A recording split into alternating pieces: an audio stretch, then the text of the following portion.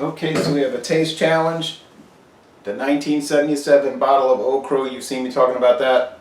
Aged 8 years, 100 proof, bottled in bond. A modern plastic bottle, but you know, plastic glass shouldn't really matter by today's distillery brewing standards. 80 proof, aged 3 years. I'm sorry, 4 years. They have to be aged at least 2 to be bourbon, but it's 4. You've seen the commercial.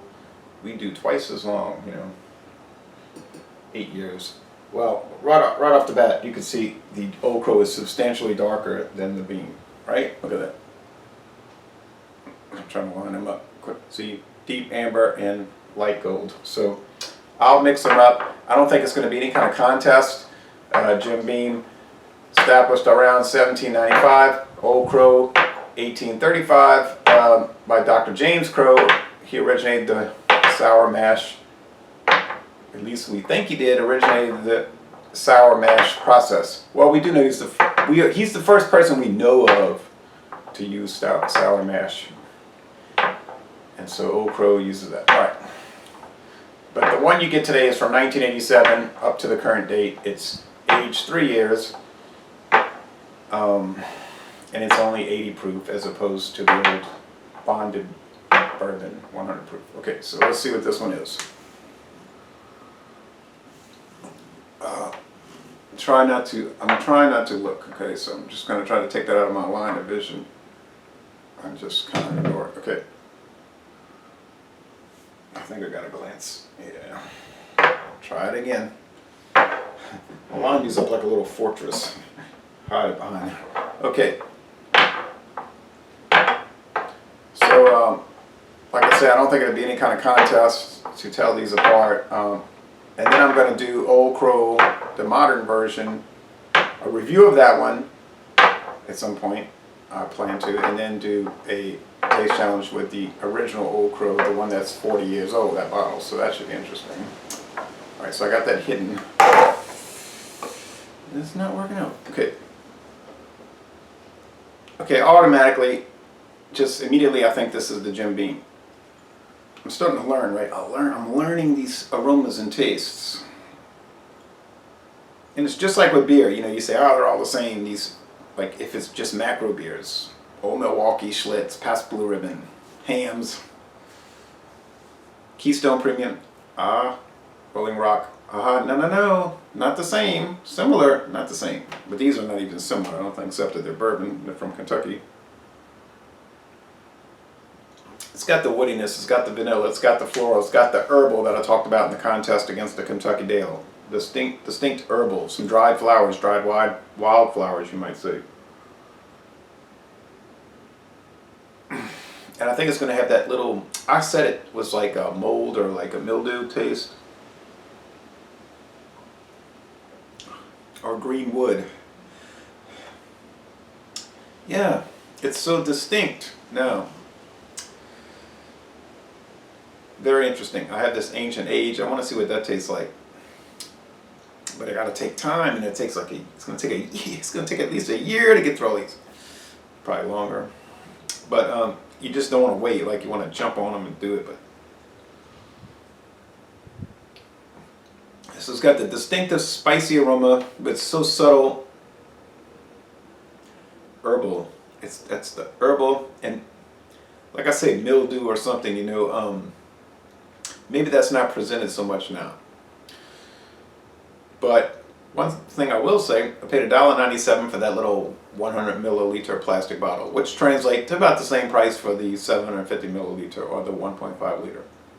Be a little cheaper by the ounce, by the milliliter, I should say, if you get the 1.5. But I didn't want some big plastic bottle.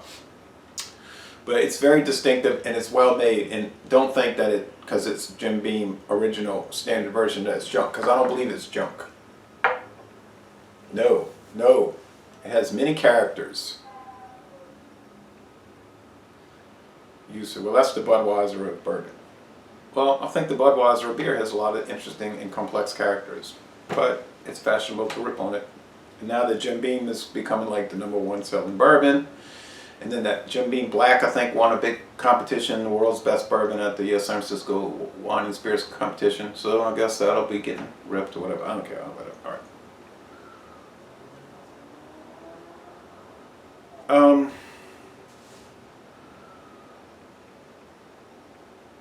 This has a strong alcohol thing, a spicy nose, like antiseptic nose to some extent. But it's very mellow, and it's almost there's almost a like a waxy type thing up, some kind of candle wax. It's interesting. I don't recall picking that up before. Let's go with the taste.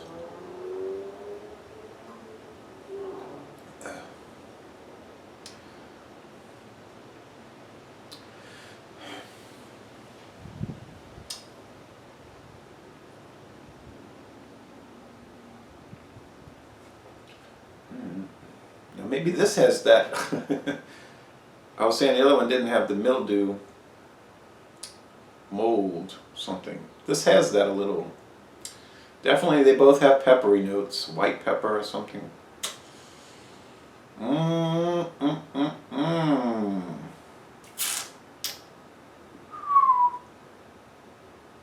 Okay, I'm gonna give it a second try because now I'm a little confused and I'm trying not to look, and it's so hard. I don't want to just sit here with my eyes closed.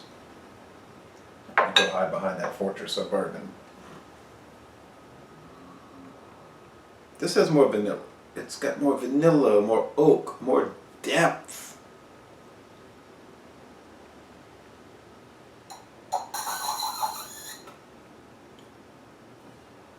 Hold on. And such a strong, now I took a bigger swig because I'm just taking these little sips. Such a strong and full mouth. And darker, deeper, aged oak. I think it's the Old Crow. I think that must be the Old Crow. And I'm gonna finish up though.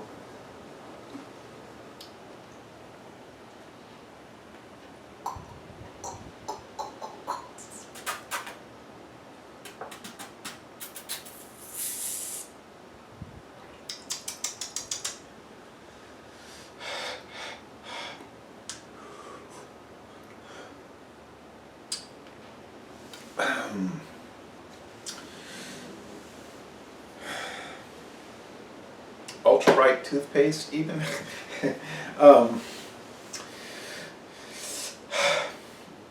Menthol.